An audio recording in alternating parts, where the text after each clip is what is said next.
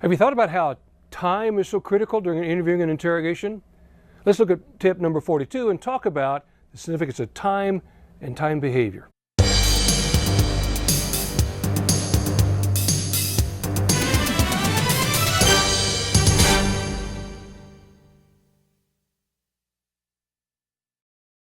Hey, welcome back to tip number 42 of 101 tips on interviewing and interrogation. This time we're going to talk about the significance of time and the role it plays in interviewing not only suspects but also in victims.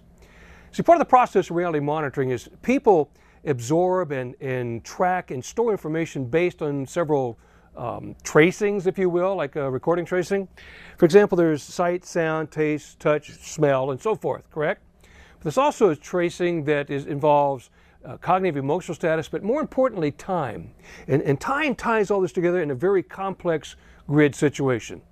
So the next series of tips, we're going to go through how to use reality monitoring as a process, number one, for interviewing, recovering valuable, important information from subjects, but also as a tactic for finding missing details and creating cognitive load for suspects. So let's talk about the time process first. One of the things that they found, and particularly in victims, that once you get a narrative, and recall just 2 or 3 episodes back, we talked about narrative, tell me what happened, tell, show, describe, explain, correct? And the person describes the events or tells the sequence of events in declaratory memory about what occurred with a particular event. In cognitive interviewing, if you get an opportunity to do some of the training, it's very, very valuable.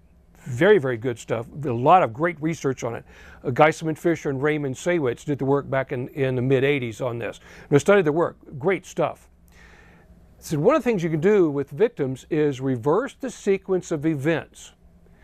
What they found, that because of the experiences, it almost turns off emotion, if you will, and the person starts looking at things very cognitively, very analytically.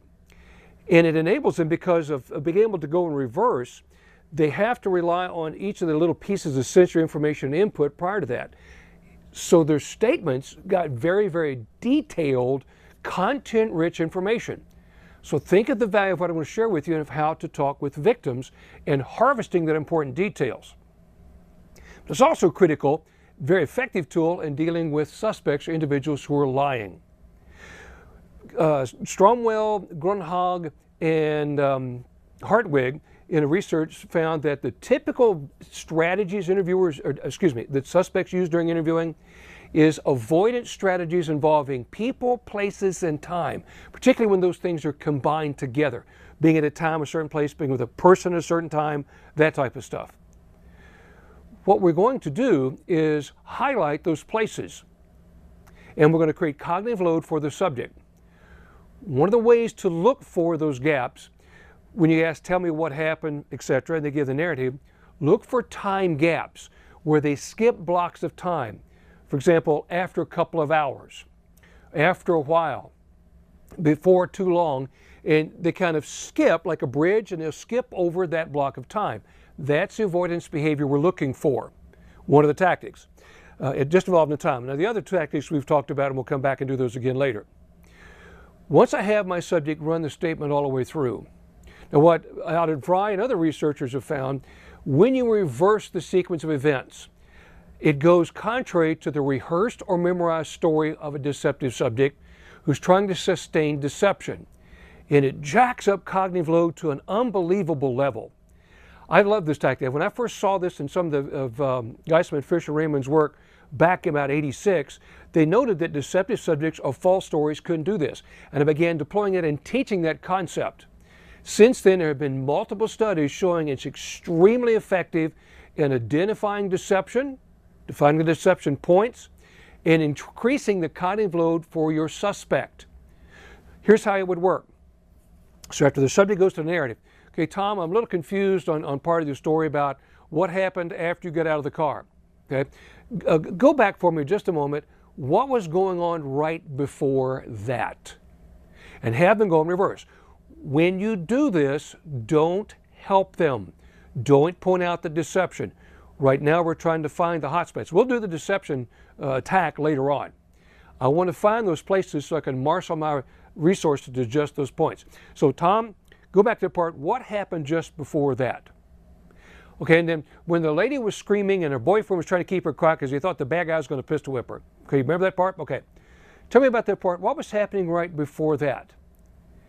What's amazing with this tactic, truthful subjects, their statements become very, very detailed. But deceptive subjects screw this up badly. They'll leak information. It highlights where the hot spots are. Another tactic, how you can use this. Let's say you have 2 or more subjects. One that comes to mind, for example, I do a lot of work with corrections folks and training their CID folks and their intelligence folks. 2 or 3 inmates have gone to set up a staff member, and they'll confide with each other and they'll create and memorize a statement or story. But they've never lived for it. There's no reality they're working on. Separate them, get the story forward, be sure to tape this, then work in reverse. Watch how fast their stories will screw up. And then you know that you've got a rehearsed or a false statement. Second tactic you can use with this. If you have a subject who has a memorized statement, just an individual, you've seen several of these where they've practiced and gone through their mind and so forth. Now they can rehearse it here, but there's no other good sensory information, sight, sound, and so forth, will be in huge gaps. Have them reverse in their statement and look for the practice statement. Love it because it'll blow up a practice statement in a heartbeat. Third tactic that you can use is in going in reverse.